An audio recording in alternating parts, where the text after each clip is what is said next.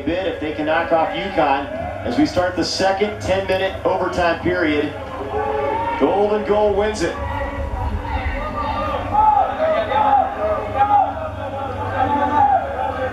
That's Kareem Morad, the sophomore from Chino Hills, California, seeing some time here.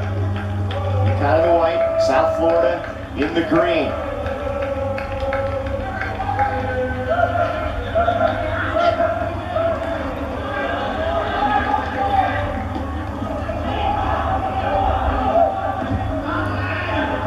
And that's just a skipping away right there.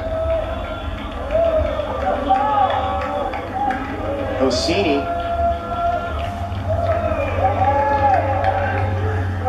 I think he wants a call on Joe here, but to be honest, I bet you it went down a little bit just because of how poorly the ball was kicked.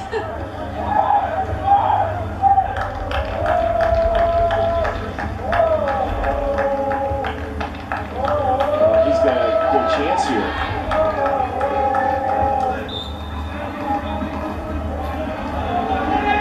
Joe wanted a card on Ossini for embellishment there. There's a chip in front and through the box, and a goal kick coming. Offside.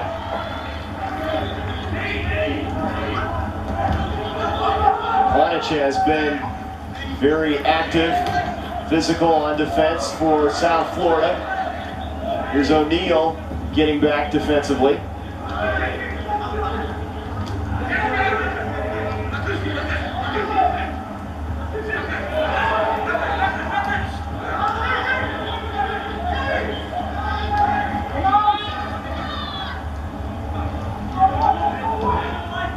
Bucket, and he plays that way out in front of Ben Sweat. Under 8 minutes to go, second overtime. The inaugural American Conference tournament in Frisco. Defense has been the story here. Some missed opportunities for both teams. UConn coming in ranked 11th. It would be an upset win, but more importantly for South Florida, it would get them to the NCAA tournament. They wouldn't worry about whether they're picked. Right now, most feel they're a bubble team.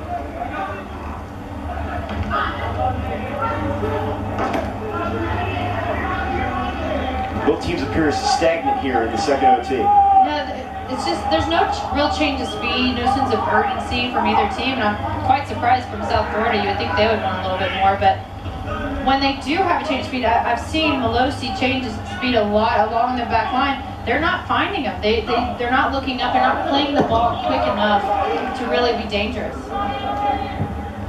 Ossini plays it forward. 6:50 to go. What a career for Andre Blake. Three-time conference goalkeeper of the year. The American Conference Keeper of the Year this year. And he could be a big focal point if it goes to penalty kicks. Neither team wants that. Here's Epps.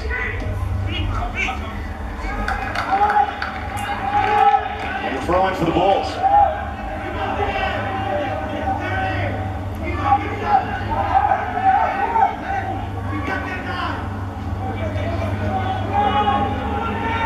The Bulls have a hot goalkeeper in Brent Muhammad, but you mentioned Blake. It's two hot goalkeepers if this thing is coming down to PKs. Neither team, as you mentioned, appears to be attacking in that attack posture right now. Here's Mfeka.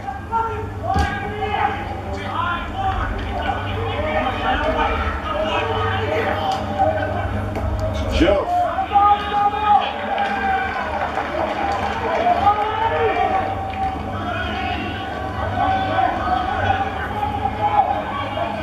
On the field, hoping to get a touch here. You just haven't really seen a good connection since the first half between Mamadou Diop and Kyle Laren. They need to somehow figure out a way to combine a little bit more at the top of the box. They did that so well at the beginning of the game, and you just haven't really seen much of it. A little part of that has to do with the fact they haven't been on the field at the same time, but right now they are, and if they can combine it all, then that's where they're extremely dangerous. Morad's going to give way to Nowinski here for this kick. Jove, Laren, top of the box along with DeGrasse. Bunched up there, a bunch of green jerseys. Nowinski headed out by Hosseini. And down goes a bull. 4.5 minutes to go.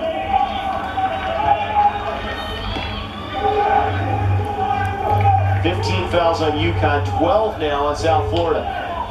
Second overtime. And the Golden Goal wins it.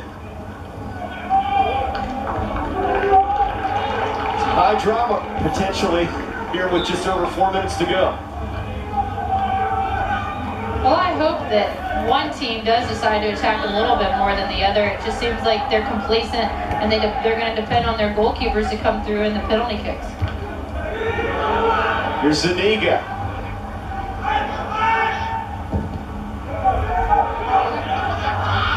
It's over Laren's head. 3 gray jerseys back. Surrounding number 10. Zuniga keeps it in to Jove.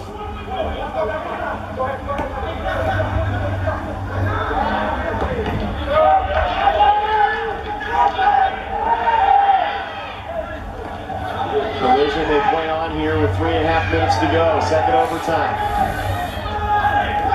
Laren with the sun in his face.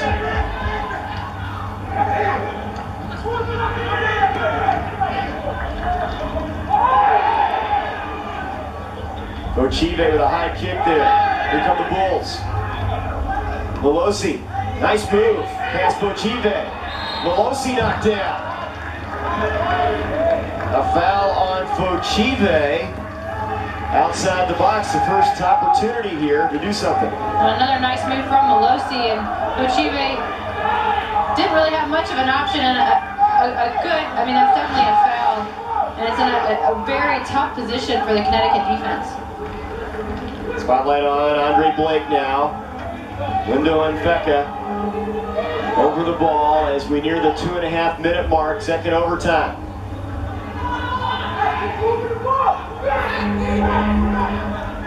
A goal here could change the complexion of their season dramatically. An NCAA trip. Automatic trip if they can find a way to punch one in here. The wall in front. Mfeka bends it wide right.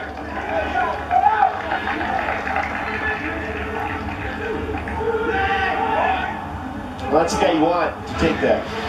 It is. It was just not good enough. They had a lot of players on the backside, and he hits it near post. Not even on Frank or Blake to even try and make a save. Does UConn have one more run left here?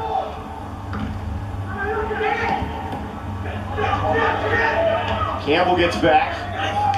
Epps on the far side for the Bulls.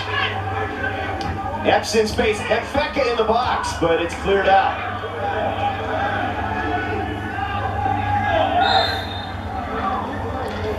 Sliding down Joe. Foul called on Muckett. 1:20 to go. It just seems like the referee's calling it. Oh, I'm writing a personal ad to Bikers Quarterly.